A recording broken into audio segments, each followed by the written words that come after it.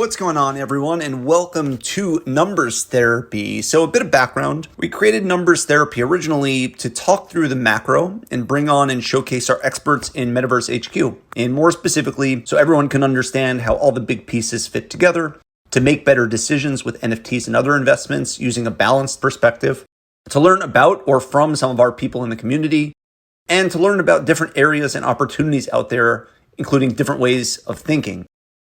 More on Metaverse HQ, which we call MVHQ. MVHQ is the top Web3 trading and networking community, and we showcase traders, analysts, builders, and a variety of other rising experts in the space. All right, GM everyone, and welcome to Numbers Therapy episode 54.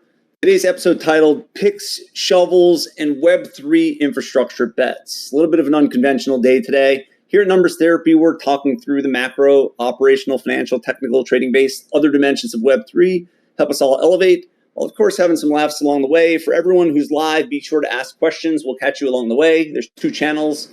Office Hours Chat, you can have a good laugh, heckle us, whatever you feel comfortable with. Guest questions for any questions you have along the way. And lastly, Numbers Therapy is rated NFA, as in none of what you hear in here is financial advice. So, without further ado, and on to today's guest and episode.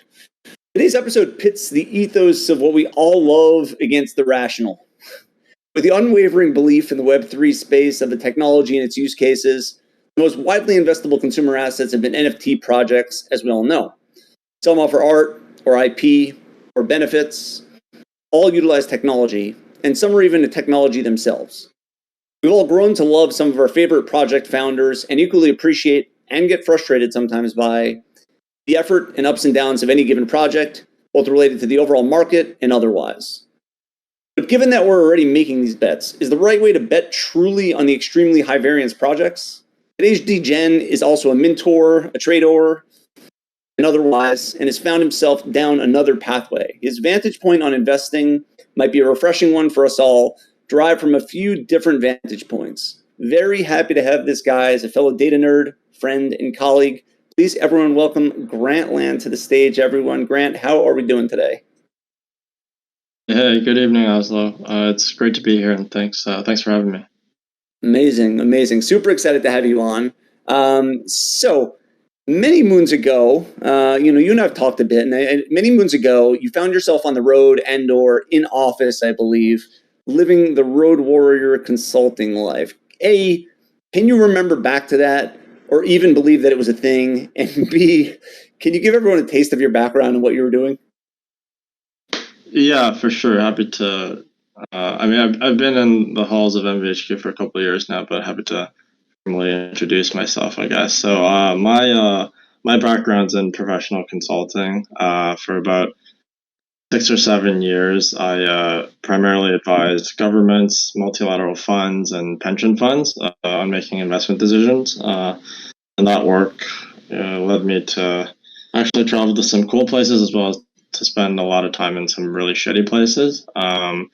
It was very much kind of the live out of a suitcase lifestyle for quite a few years, up until early 2020 when obviously global health conditions changed a little bit, and so did my I would say work habits as well as living habits. And eventually I think that led me down the rabbit hole that is NFTs and crypto, which is now my life. Yeah.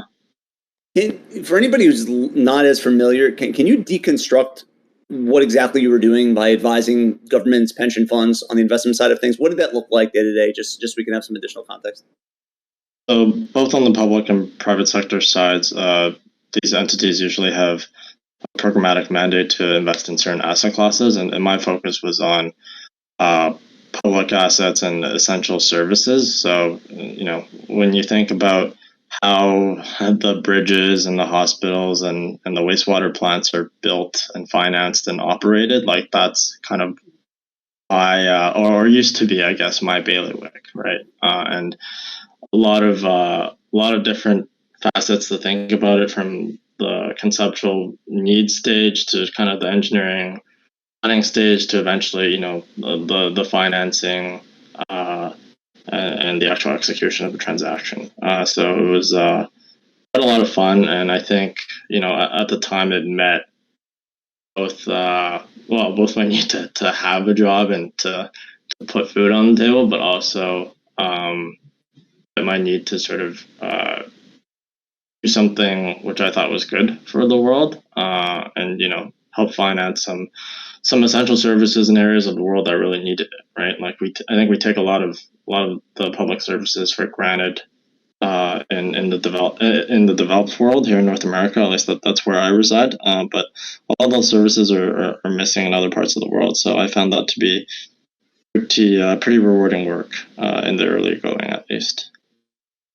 On a range from one NFTs, where would you kind of put the investment grade, the risk grade of the investment types that you were considering for governments and your clients that you had before? If one is, zero risk, bonds maybe or less, and 10 is NFTs. I'm not saying we agree with that or not, but 10 is NFTs. Where do you put like the risk grade of the projects you were looking at?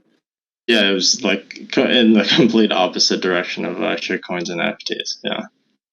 I'm wondering, did that, as we kind of keep going on here, did that form any foundation for you in terms of how you think about things and how you assess risk? Do you feel like now, jumping ahead a little bit, but do you feel like now that that's a pretty core component of you and how you operate and how you think is from the risk vantage point as well? Well, I mean, there are always, decisions and mistakes that you kind of go back on. But yeah, I would say I play pretty conservatively, even in kind of extremely bullish conditions, which obviously we're not in right now. But for sure, like having a rational framework, applying it to both in terms of like project specific aspects as well as looking at the market as a whole has definitely helped me along the way. I would say. Yeah, that makes sense. Well, I mean, in general, just looking back on this, by the way, what would you say you learned from your experience in working in, advising these the pension funds and the governments, and how did it form the foundation of your goals, your thinking, where you wanted to get to? Any key lessons that come out of there before we segue into our current world? Yeah, I would say it probably helped me like read people and understand and kind of extract value from my conversations and interactions with different people and gauge like in terms of core competencies where they lie and if they're people I can trust, right? Because my old profession, I guess, took me around the world and also led me to interact with people of different backgrounds, from legal engineering to extremely like public servant facing. And so it's helped me kind of appreciate different experiences and different walks of life. And I think it's definitely helped me kind of, interact with humans from like virtual standpoint and again, kind of read where their potential value lies. Yeah, that makes total sense. You could see how that would certainly form a really good foundation for your investment decisions and beyond. So something we don't talk about a lot, right? We go back to COVID times. The COVID times obviously reshaped the way that, I don't know, I guess society works to some extent, even though we're of course like reverting a good bit back. I feel like, at least I would say that like we're not fully back necessarily, right? There's still some things that have a sustained impact, as evidenced by what commercial real estate looks like and otherwise. I'm curious, just like your opinion, right? Just your opinion, nothing beyond that, but just your opinion of, where do you think we're at right now as it relates to digital communities and metaverses and their possible sustained future? Do you think we're at the point right now, said differently, where digital communities are now becoming like a sustained norm within society and over time are just going to bleed into everybody? Or how are you kind of viewing them? Yeah, I think there are a couple different ways to look at it. Like I'm not sure the $10,000 for a plot of virtual land is in the cards anytime soon in the future. But I think belonging to a digital community or being native to communicating and interacting online has been in the cards for us since like the dawn of the internet, right? I can remember like going home after school and talking to my friends on MSN Messenger like it was just yesterday. I think that those types of experiences led to pretty much where I am today, right? Where I'm extremely comfortable digitally as well as physically. And I do think for the younger members of the audience who maybe don't have like the office experience per se, I do think there are benefits to it. I think having that type of job early on helps instill a sense of discipline and habit into you. But I think in this kind of brave new era of remote working or mixed working, you definitely should take advantage of the flexibility to hone different skills and gather different experiences. Yeah, I mean, you can even feel it different. You feel it differently within the community, right? Depending upon like the person's background, age, or otherwise, right? I mean, there's some things that some of the folks, even within like the MVHQ community, who has a mix of folks, right, based on age alone, let alone other attributes. And some of the younger folks that are in there are just like incredible, and they're incredible with how like resourceful they are, and it's just really, really incredible stuff. Do you think, in your mind at least, do metaverses, any version of metaverses, merge with that anytime soon? Is there a world in which the time that we're spending online interacts with that, and it's kind of that VR experience that exists, or some version of it? Do you think that's going to be a thing? Is that ways off in your mind? Like, how do you see that intersecting? Just your opinion. Yeah, I can't predict the timeline, but I think almost certainly it's going to continue to trend towards being virtual. It's maybe a bit of a cynical take, but I think everyone is becoming increasingly isolated from a physical standpoint, and so actually you're going to have to mitigate that or ameliorate that with something, and that's why I think if crypto continues to kind of support cornerstones of culture and finance and art, then in the long run, I don't see a reason why it can't succeed. It's interesting frame that you put on that I certainly have not heard before, of the concept of like almost treating it as reactively, if that makes sense, right? Which is, this is just the trend that's going on, where people may feel a little bit more isolated as a result. Like, you need metaverses or some equivalent, because that's the next best thing that exists, knowing that it's already going there, right? Like, you can't necessarily fight the force if you believe what you're saying, right? You can't necessarily fight the force. Therefore, you need a solution to work around it to some extent. It's interesting, really interesting frame. I guess related to that, we know we're in this kind of bear market still to some extent, this prolonged bear period. What are your thoughts in general on the adoption curve of Web3? And do you even think Web3 is going to overtly be a thing or a spoken word for the foreseeable future? Like, where do you think we're at there in general? Yeah, I'm not sure the exact term. I think Web3 is definitely very awkwardly placed into the zeitgeist last cycle. So I don't know what the new term will be, or if that'll stick around. But yeah, I have no doubt. Like I was saying, if it continues to kind of be relevant in the key cornerstones of like culture and art and finance, then crypto will be integrated in multiple facets of society, much more so than it is today. We're obviously seeing a bit of a warring of worlds on the regulatory front, and liquidity isn't great across really all risk assets, but you're feeling it a lot on the extreme end of the spectrum with crypto. And that's, frankly, because interest rates are incredibly high, and we're on the precipice of a recession. But, eventually those things will balance out, and we'll start to see, the user base as well as the total addressable market of crypto kind of rebound back pretty soon. We don't have, just, this is your first time on, we don't have like a heat map or a heat index for the show right now. But if there were one, I'm pretty sure your last 2 minutes of speaking would have gotten the crowd super excited. Everybody's listening, which is tough to do sometimes in this bear market, but that makes total sense. So for you, what was your journey into crypto and in NFTs? Can you talk us through when you kind of started, and maybe what your, maybe even how you evolved to your aha moment in terms of the quote unquote right way to invest from your perspective? Yeah, for sure. So it's a bit of a long-winded type of thing, because like the asset class I used to work with was like extremely real, and then blockchain is very, at least before you've touched it, and unless you're a dev, like very ethereal and very conceptual. And so like I'd never treated it as anything other than like a fun hobby, like buying some coins on a sex and kind of ignoring it for years and years. And then eventually I got sucked into into buying overpriced NBA GIFs or videos on the Flow blockchain.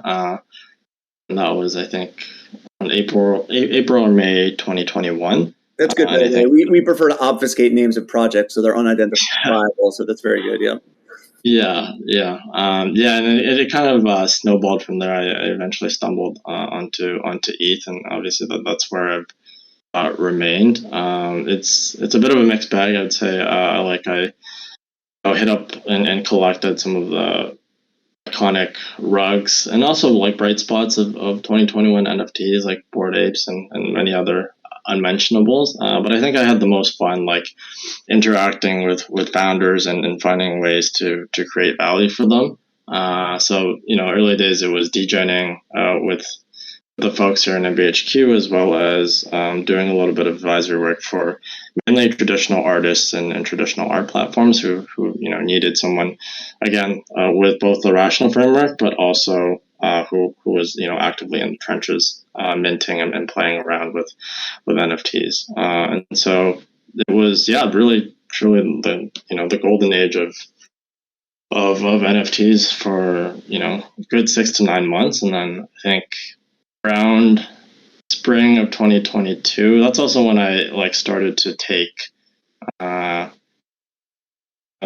sort of pivot from my old profession to sort of wanting to do a little bit of freelance, wanting to focus a bit on the freelance work.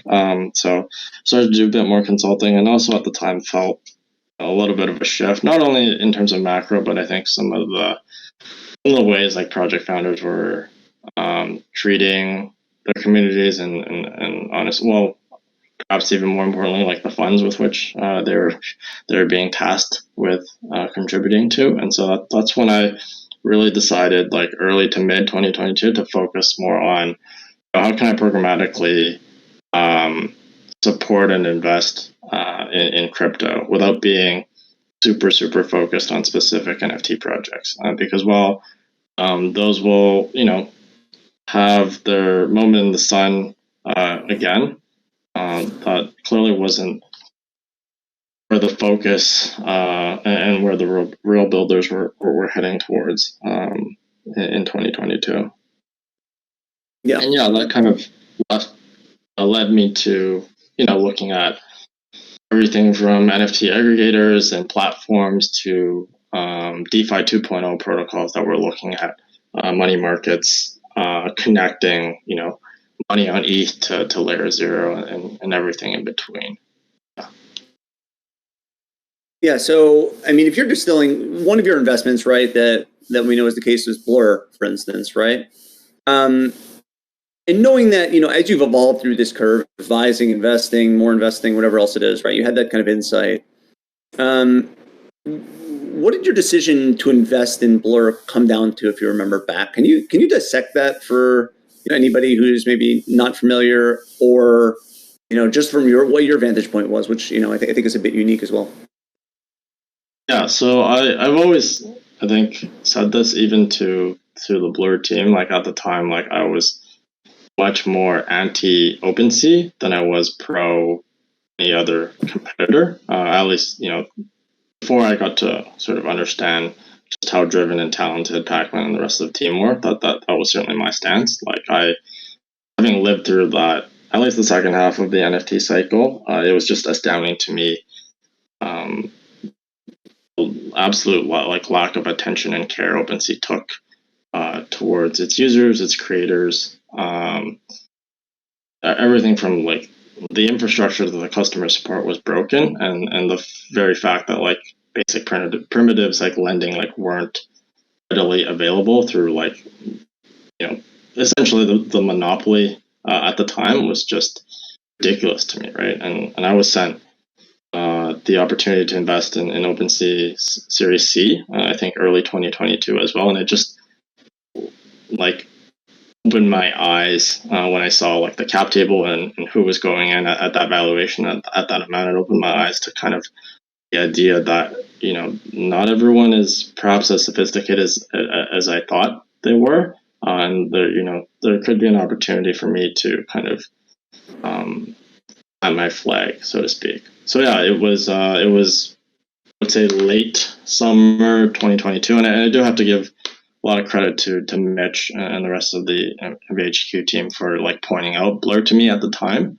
But yeah, basically got connected with Pac-Man, kind of understood the broader vision beyond, very rough aggregator that they had at the time, and then, help support them whatever way I could along the way. Obviously, there's been ups and downs since summer 2022, but I think it's undeniable that they've done a lot to advance the primitive side as well as the architecture side on the NFT front. And that's definitely something I want folks to be mindful of, that even though like numbers are down and there's not a lot to degen on the NFT side, like the underlying infrastructure and the primitive side has just grown and innovated exponentially, right? And we're kind of just waiting for new creators, not only new creators, but like better creators, new creators, and then also just more liquidity, which is more macro driven, to come back. And that's every confidence that will come roaring back at the end of things. But yeah, Blur was definitely, I would say, one of my bigger victories early on in my kind of advisory plus in investing career in crypto. I have a funny question I want to get to for you, but before we get there, I want to just address the maybe elephant in the room question that may exist for folks, which is, it's clear that like, you got kind of connected and you had this opportunity and you just made a decision that you thought it fit with your thesis and all that kind of good stuff, much like anybody who's investing in a project. Everyone has their own thesis and you go with it. But can you just dissect a little bit more the question that folks may have of like, how you go about networking, how you go about getting connected? What is that like exactly, to the extent that you feel comfortable sharing it, such that anybody who's not so familiar with that is like, oh yeah, this sounds great. I love what Grant is doing, and I'd love to be able to be exposed to some things sometimes. And if it fits my thesis and my idea, but what do I do to do that, right? Like, what does that actually look like beyond? There's folks, of course, within our community who are networking, whatever. But what does that look like for you, to the extent you feel comfortable sharing? Yeah, that's a really interesting question, and that's something I like.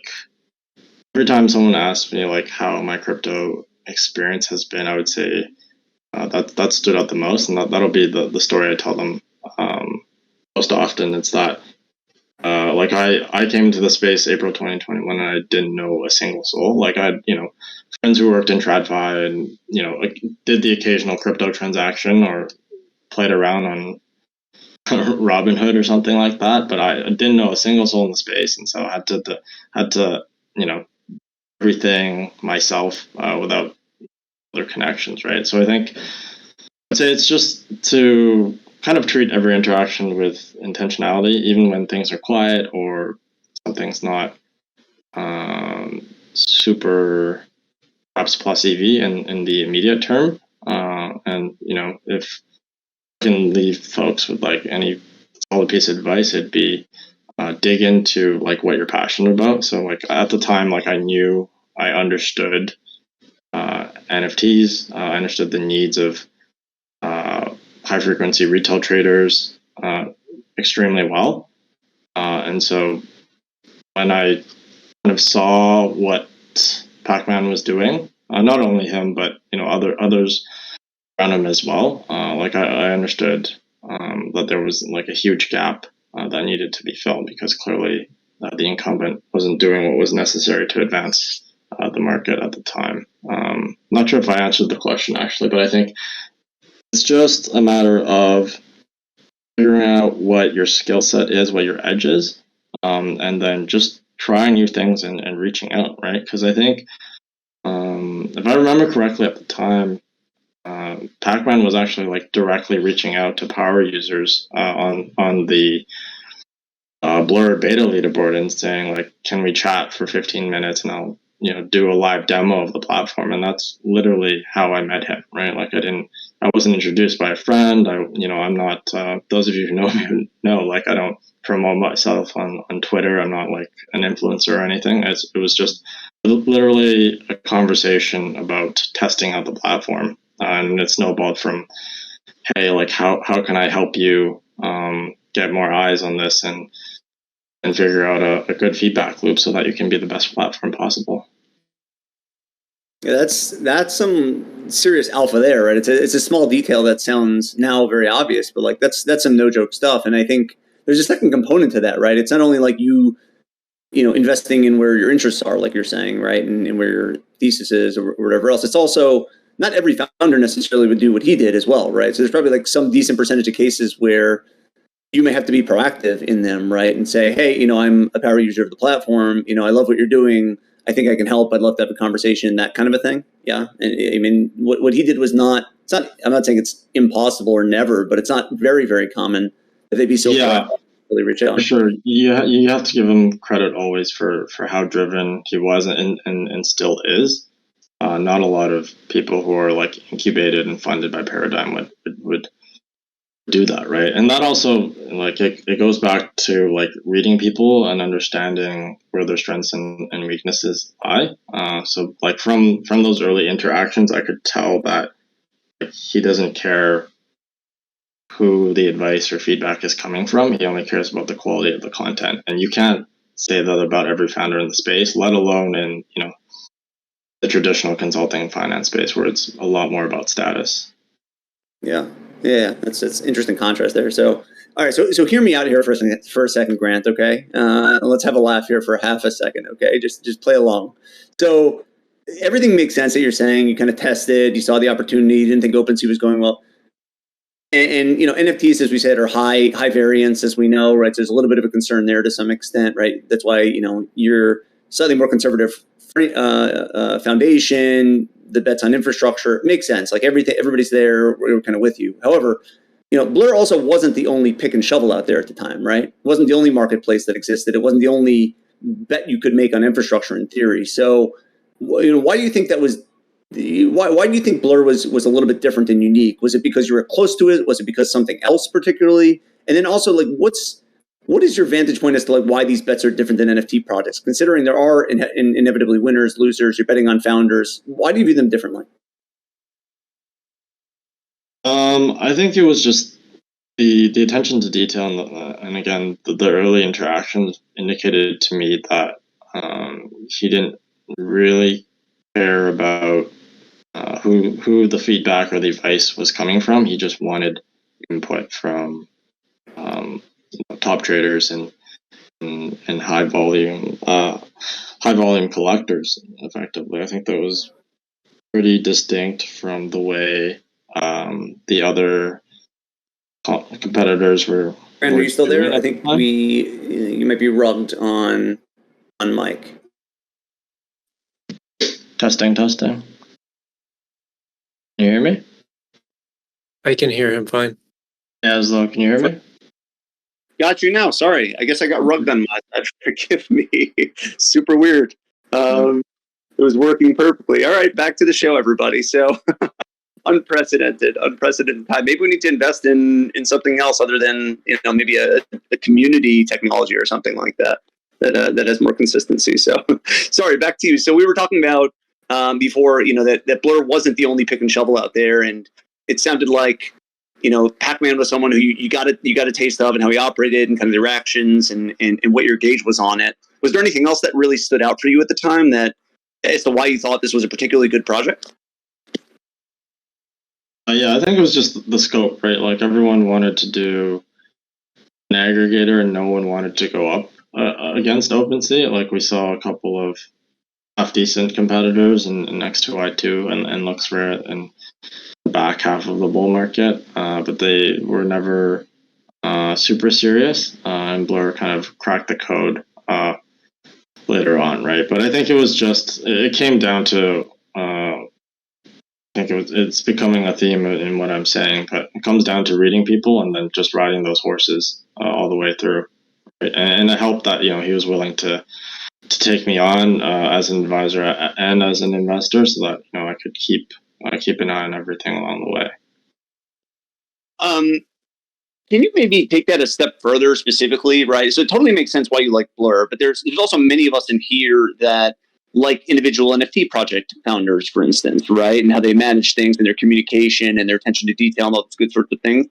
I'm not sure many fully fit what you're describing right now in terms of like the speed and the progress of the development, as well as the reaching out to the power users. I don't know how much that happens, nor have I heard that a lot, to be honest with you. But I mean, in general, let me ask the question this way. Was it Blur specifically because you thought it was designed right? Do you think all infrastructure projects are just generally better run than NFT projects? Or is it something else that's floating there instead? Oh, I just think programmatically it's more important, right? Like having a functional marketplace that has lights on is more important to the industry than any one specific project. Having that marketplace is like user support and primitive innovation is more important than any singular project, right? So I think that was core to my thesis, and then why I kind of stepped back from like committing any serious time to like individual projects. Got it. So, I mean, one of the important things that you called out, right? It sounds like part of your thought process was you believed that marketplaces were broken, OpenSea kind of broken. Then you said, who might be a good possible competitor or entrant, or maybe just stumbled upon it kind of a thing. X2Y2, others, Blur you came across, you had the interaction. But certainly part of it was the founder side of things. So in your mind, having learned what you've learned so far, and this can be a little bit of a complex question, but how much of the weight do you put on the founders at the end of the day versus how much of the weight is on the idea? Do you treat it as a funnel? Like, how do you approach that? Yeah, I would say for me, it starts more in the topic at hand. So like, again, NFTs, NFT marketplaces, like I understood that like the back of my hand. And so it's much easier to kind of dive down and figure out who gets it and who doesn't. And other areas that I'm currently interested in or was interested in include like wallets, human readable block explorers, and DeFi 2.0. And those are all things. The theme there is that they're all kind of retail focused and user focused. Because I'm not a dev, like I can't quite understand as well non-retail facing products if I don't get to test it out and understand the use cases as well as the pain points. And so, yeah, I would say it starts around segments of the market I'm interested in, and then it goes down to picking potential category winners. That makes total sense. We have a question from the live crowd. Shout out BTC. If you're willing to share, what is your advisor role for Blur Involve, I guess, versus being an investor? Is there some kind of a split that exists there? And do you feel comfortable sharing that? Yeah, it's going to differ across projects. I think like that's part of why I like what I'm doing now. It's very fluid. Like your role as an angel differs project by project depending on how willing the founding team is to let you in, right? For Blur, like I started out as an advisor, and a lot of the early days work was focused on funneling the right feedback so that they could prioritize the appropriate developments and innovations to capture market share. And then, eventually I considered the investment into the seed round, and that was I think closer to winter of late fall or winter of 2022. So yeah, it's not necessarily common to wear both of those hats, but it's definitely plausible. Yeah. I mean, I guess in line with that, the related question would be, how do advising and investing split as it relates to the projects that you're attached to? Are there certain use cases where advising makes more sense? Are there certain use cases where investing makes more sense? Is it just, is there a pattern there that exists in your case? How do you think about that? Yeah, I haven't really considered that. I think it's usually me wanting to back a founder, and it just kind of depends on the context, right? Where whether or not like it's my time that they need the most, or it's capital. It's not usually capital because I'm a small fish in a big pond. But if I do see upside, then yeah, I'll think about throwing in. So in this unique case, it kind of made sense both ways. Yeah, that makes sense. I mean, I guess for your comment earlier, you may not be a small fish in a big pond right now in a bear market. Maybe you're a small fish in like a medium pond for now. But I guess Yeah. maybe I'll turn back in that direction. What other projects have you invested in or advised in? Is there anything else that you feel comfortable calling out so we can get a little bit of taste? I know you touched on it a little bit earlier based on category. Is there anything else notable or that people may be familiar with?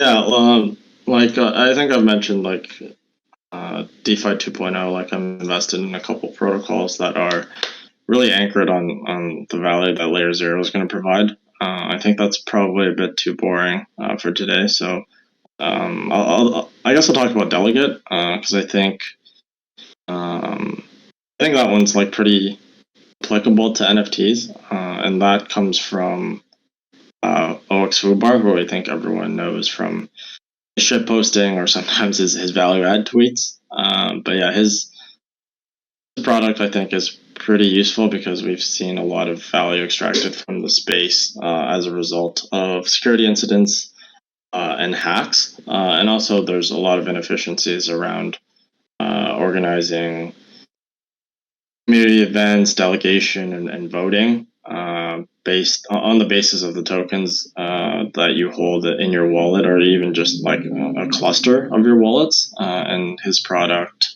offering basically attacks the heart of all those issues. But I would say the main one is just security, right?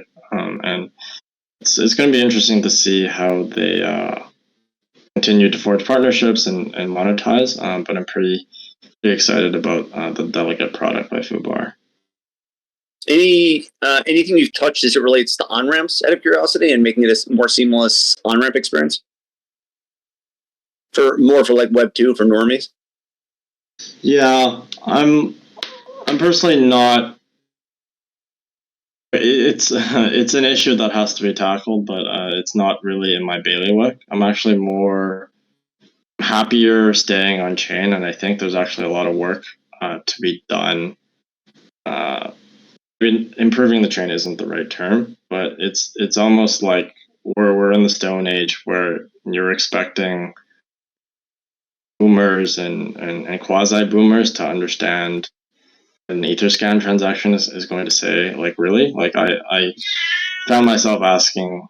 I asked myself that question like pretty frequently last year and most of this year too. I think there's a lot to be done on making the chain human readable, whether that's via sorry, that's just my cat yelling in the background. I mean, your cat's frustrated by the non-clean UIs and general experience that exists, so it's like totally understandable. Yeah. Exactly. So we like the change to be a bit more readable. Yeah, whether that's through Block Explorer is like fundamentally changing how Etherscan works, or via different dApps and protocols. I think while on ramps are pretty essential, I think the actual bottleneck is regulation and uncertainty around regulatory scrutiny, and what gets people to actually stay in crypto is the fun stuff that happens on the chain. So it's about making it safe, making it readable, and just making it generally more accessible to the average user who isn't a dev and doesn't know how to code. Sure, that's not at the top of the funnel, but I think that's what made crypto stickiest. I mean, I think a lot of us can envision, cleaner UIs, like that's quite clear, right? Clear interface, normal human language, for instance, probably goes to the top of the list, right? Non-code-based language, for example, just a cleaner experience. All that stuff makes sense. How do you envision it though? Like, where do you think this gets to? And is there an element of I've kind of had a couple of these discussions before, but do you think there's an element of centralization that has to come into play here? Maybe not fully centralized, but hybridized, or at least the user gets an option, for instance. Like, is the custodial option going to have to be a thing inevitably? Do you think that's going to have to be part of this? Is it not likely to be part of this? How do you think about it? Yeah, I mean, I think eventually it will have to be, whether that's through wallet abstraction innovations that are surely coming, or simply more stuff is mixed on chain and off chain versus purely off chain and purely on chain. It will happen. I just think that there's a ton of problems that need to be tackled on that front. I agree. Yeah. I can't help but go back to where we started the conversation, by the way, since you talked about infrastructure and kind of what you used to do also. Are you investing any time in the things that many of us are talking about, like the more practical applications that exist, like real estate for deeds in the real estate process, or, pick your poison, right? Are you spending any of your time in those use cases by any chance, connecting back to your farmer life a little bit? Or is that just not of interest to you? You think it's too far off, or some combination of things like that? Yeah, I think okay with the concept of RWA. I know a lot of VCs are trying to make it happen, and there's certainly applicability. You see platforms like NFTFI doing a lot of cool stuff on that front. I think there will be growth in that area. It just doesn't really interest me because speculation right now is at the heart of what we do, and RWA kind of takes a little bit of the fun out of that. Yeah, that makes sense. That makes sense. It is a bit more of a rational market, but okay. So for a crowd who's listening live, especially because they're going to get the early thought here, and then also the kind of recorded listening crowd later on. I mean, if you just had to say your opinion for anybody who's listening, like top of the list of places to put your attention, if somebody was, let's say, an interested investor or wanted to get more involved or pay attention to something in the space, and you could structure this however you want to structure this, right? Is it on the security side of things? Is it on, the kind of DEX transaction side of things? Is it on, like, what advice would you give if you had to, in terms of, and again, non-financial advice, but what advice would you give in terms of where you think is worth paying attention to right now if you're somebody interested in pushing your time somewhere? Yeah, that's really interesting. And again, it goes towards the concept of chasing what you're actually interested in. Because if I rattle off the 5 things that you don't give a crap about or you've never tried before, then it's just not going to work, right? I think I did mention earlier in the conversation, wallets, block explorers, and primitive side innovations like lending on NFTs and other kind of yield-bearing assets are really interesting to me. So that's where I focus my time. But those could all totally be wrong, right? I think the advice I actually want to give is don't be too much of a cynic, because at the end of the day, you're in crypto because it's the fastest moving space, right? And there's going to be a lot of accidents, a lot of whoopsies, a lot of bugs along the way. But you can't let that turn you away from testing things out, right? I look at the reaction on Twitter and in some other communities around tech, and it just, don't get me wrong, I sometimes fall into that trap as well, where either I'm lazy or I don't like some of the individuals who are involved or promoting it or propagating it. But ultimately, you're here to try new stuff out and see if it's either fun or plus EV for you. And I think you should take off every opportunity to do that, right? Because otherwise, you're kind of just wasting your time in this space. If I can somehow recap what you were saying a little bit to some extent, at least how I'm interpreting it, right, is I'm guessing what you're saying is A, we're early. B, there's a lot of different opportunities that exist out there, categories. And as a result of that, you might as well invest the time in something you're actually interested in or excited about, be it any version of that. So at least you feel happy spending the time to test the thing and really getting your alpha eventually, right? Is that a pretty good synopsis of what you're saying? Exactly. Yeah, I would say focus on the areas that you think are high growth and that you're like natively interested in, and then that makes the whole testing different dApps and protocols, speaking with founders, degenerating with a lot of your time and a little bit of your capital like that much easier. And even if a lot of things are outside of your comfort zone, like don't be a cynic about it, right? Because that's the trap that I feel a lot of people fall into, especially when money is a bit tighter and it's a little less easier to catch the quick wins. At the end of the day, it's just you're in the space because it's innovating and moving the fastest, right? So you might as well try as much as you can along the way. I guess one other question that just comes to mind that's like a little bit more pragmatic for our crowd. We were touching on this like a little bit earlier, but we've got some of the smartest, most ahead of the curve folks within MVHQ here, right? Like you couldn't pick a group of people who are more on top of the space and what it's like as a consumer, as an investor. Like everyone's living and breathing it, even through this market to this point, right? Yet there's still some chunk of folks in here who haven't, advised on a project, they haven't invested in a project, and you certainly gave like some context before of like how it worked for you. But if you had to say, like, what would be the first step that someone would take? If somebody's listening to this right now, maybe if they're younger, for instance, and they're like extremely smart, but they don't know what their first step is to take to be able to like go network and, and try to break into a certain project and get connected to the folks, or maybe they're a little bit shyer, for instance. What would be a good first step that somebody could take to be able to start to move in that direction and advise, maybe invest in projects? Yeah, I think it's about finding your edge. And this is why it goes back to like, don't, if I list out 3 segments of the market and you think they're all shit, or you're not interested in them, don't go chasing them, right? Because it makes the rest of the process like that much more painful, right? Like pick something that you actually want to look into, and then figure out where your edge is, right? Like I know what my edge is. My edge is reading people, and my edge is applying like professional frameworks, figuring out like dependencies and what the critical path is to shipping product. And your edge could be completely different, right? Like you could be like a master of botting and flipping, and so you could be out there like advising the next Unibot or Banana Gun.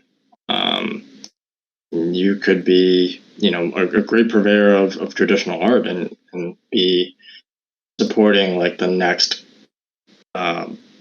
big traditional artist to come on to come onto the chain, or the next big platform to come out there, right?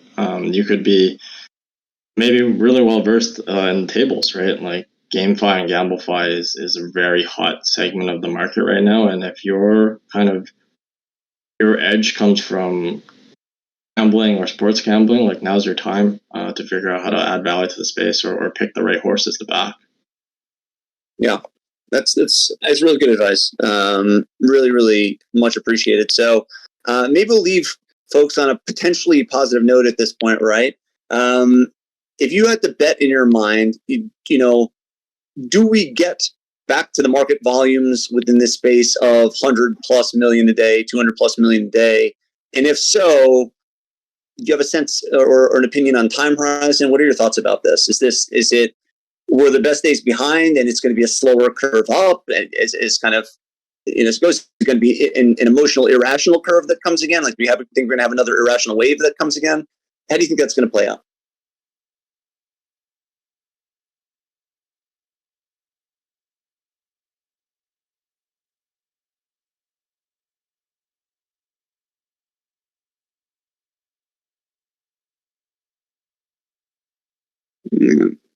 Just again.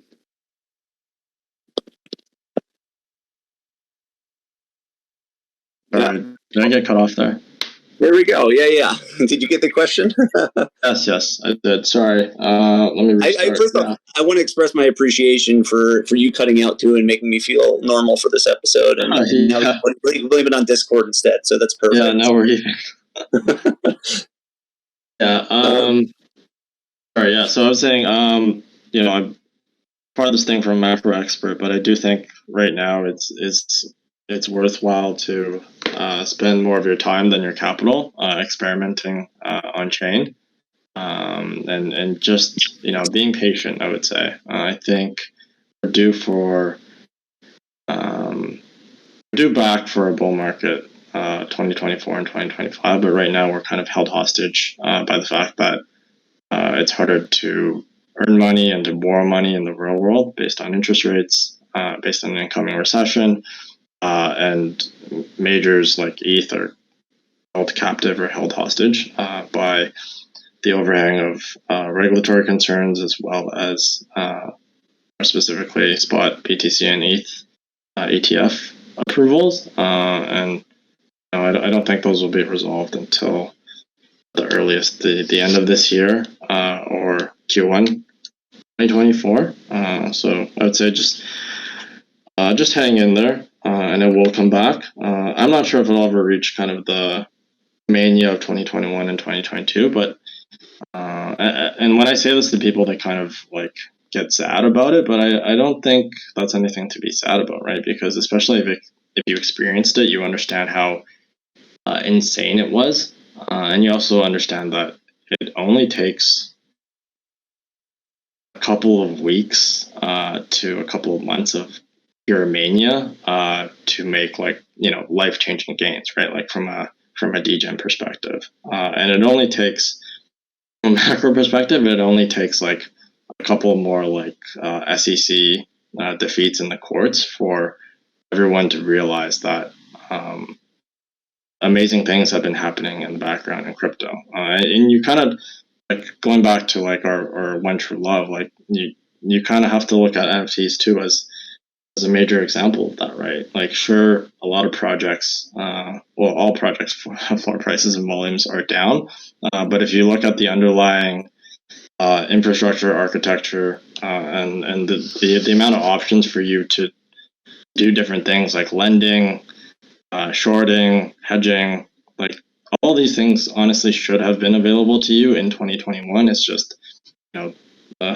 leaders at the time were unwilling to invest in those innovations, and eventually when the creators come back, you'll be able to benefit from all those innovations. So yeah, I would say just stay patient, and the next couple of years are going to be really good.